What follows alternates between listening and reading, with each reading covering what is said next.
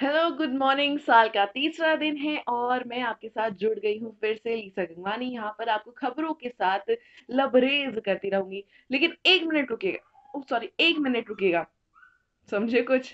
कल का वीकेंड का वार क्या धमाकेदार रहा।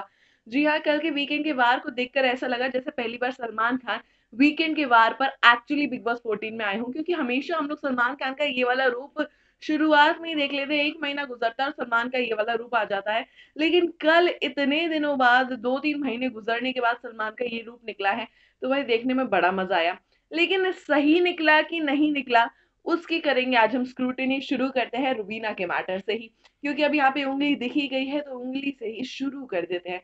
भाई, उंगली दिखाई है रुबीना दिलैक ने, वो भी ये वाली, और उसको बना दिया गया है कुछ और ही। मिडिल फिंगर बोल दिया गया है कि वो दिखा रही थी, लेकिन एक्चुअली दिखा रही थी कि नहीं दिखा रही थी।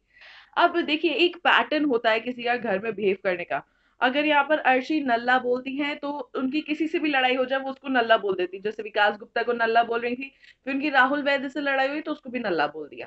तो यहाँ पर एक पैटर्न हो जाता है किसी इंसान का। एजाज अगर भड़कते हैं तो उनका एक पैटर्न है बात करने का, राहुल अगर भड़कते हैं तो उनका एक पैटर्न है बात करने का, राखी अगर भड़कती है तो उनका एक पैटर्न है बात करने का। रुबीना दिलैक को घर में देखते हुए ऑलमोस्ट 3 महीने हो गए हैं आज पूरे। ऐसे में रुबीना दिलैक का पैटर्न नहीं है कि वो किसी को गाली दे या साइन लैंग्वेज से भी कुछ करे। और ट्रिगर याद है आपको? ट्रिगर वर्ड्स हम लोग ने सुने थे, जब एजाज को पागल बोला जाता था वो एकदम ट्रिगर हो जाते थे। तो यहाँ पर अगर अर्शी ये उंगली देखकर ट्रिगर हो जा रही थी, तो भाई इससे अच्छा ट्रिगर क्या हो सकता है? बिना गाली दिए, बिना कुछ बोले, बस आपको एक उंगली दिखानी है और इंसान को ट्रिगर कर देना है। तो यहाँ पर इस उंगली का इतना बड़ा बवाल मचाया गया है कि ऑडियंस भी सोच रही है पिंकी फिंगर ने आखिर ऐसा क्या कर दिया सलमान सर कि आपको उसमें मिडिल फिंगर नजर आ गई।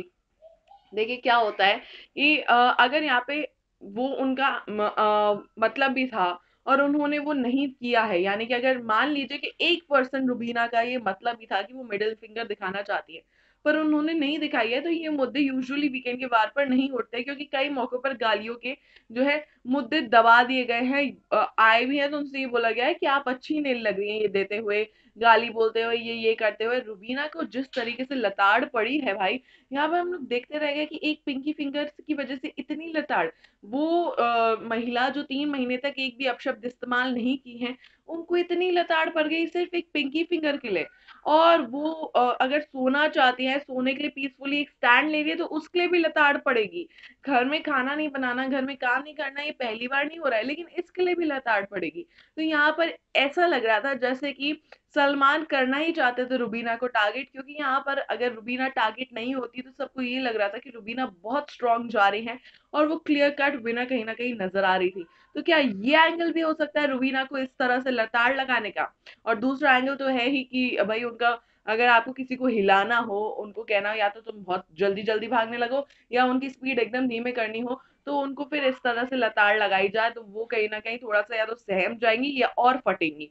तो ये एक प्लान हो सकता है। दूसरा, ये जो मैंने आपको बता दिया कि क्लियर कट, क्योंकि वो विनर नजर आ रही थी, तो उनको कहीं ना कहीं ऑडियंस को ये दिखाने के लिए कि फेवरिज्म नहीं हो रहा है, शी इज इक्वल, तो ये किया गया हो सकता है।